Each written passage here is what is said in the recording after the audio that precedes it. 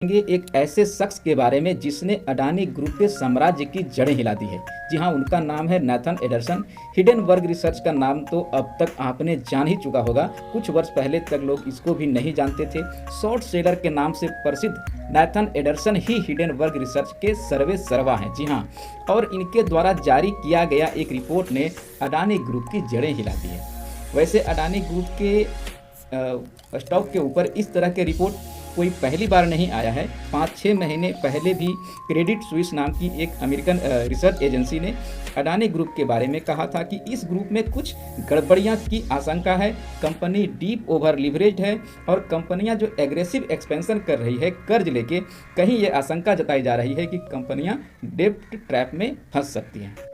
लेकिन कुछ दिनों के बाद ही क्रेडिट स्विस ने अपनी बातों से पलट गया और उसने कहा कि कुछ कैलकुलेटिव मिस्टेक मेरे से हुआ है और ये जो रिपोर्ट है वो अडानी ग्रुप के लिए गलत साबित हुआ है।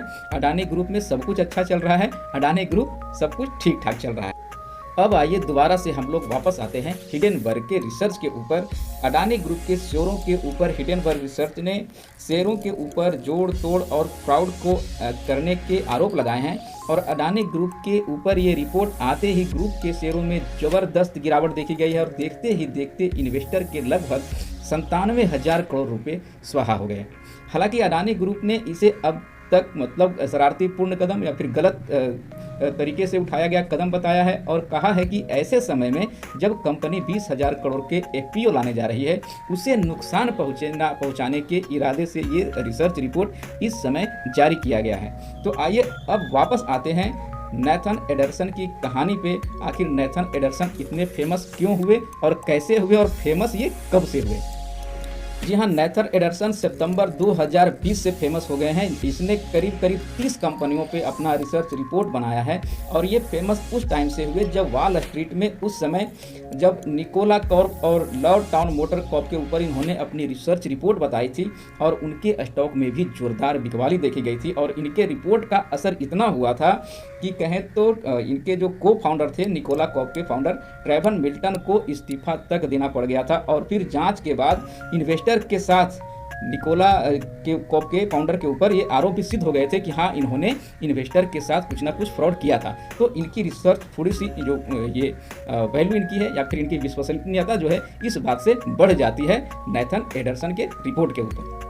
जी हाँ, जैसा कि मैंने पहले बताया था कि हिडेनबर्ग ने करीब 2020 से अब तक लगभग 30 कंपनियों पे अपना रिसर्च रिपोर्ट जारी किया है और इनके रिपोर्ट आते ही देखा गया कि कंपनियों के 6 महीने के अंदर करीब 25 से 26-27% तक इनके स्टॉक में बिकवाली यानी गिरावट देखी जाती है। हालांकि हिडेनबर्ग के खिलाफ भी जाँच की बात कई बार की गई और जाँच हुए भी हैं, लेकिन अभी तक हिडेनबर्ग जो रेटिंग एजेंसी है उसके खिलाफ कोई गड़बड़ी के सबूत नहीं इकट्ठे हुए हैं।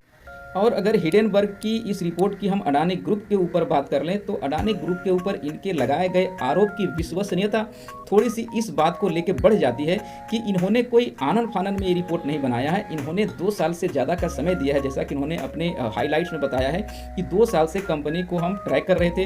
इनके पुराने एम्प्लॉय से भी हमने कॉन्टैक्ट करा है और हमने बातें करी है, फीडबैक लिया है और हिडेनबर्ग के ने बताया है कि करीब 1000 से ज़्यादा हमने फाइनेंशियल डॉक्यूमेंट्स को गो थ्रू हुए हैं और दर्जनों जो इनके ऑफिस हैं अडानी ग्रुप के विदेशों में खुले हुए, हमने वहां विजिट भी करा है।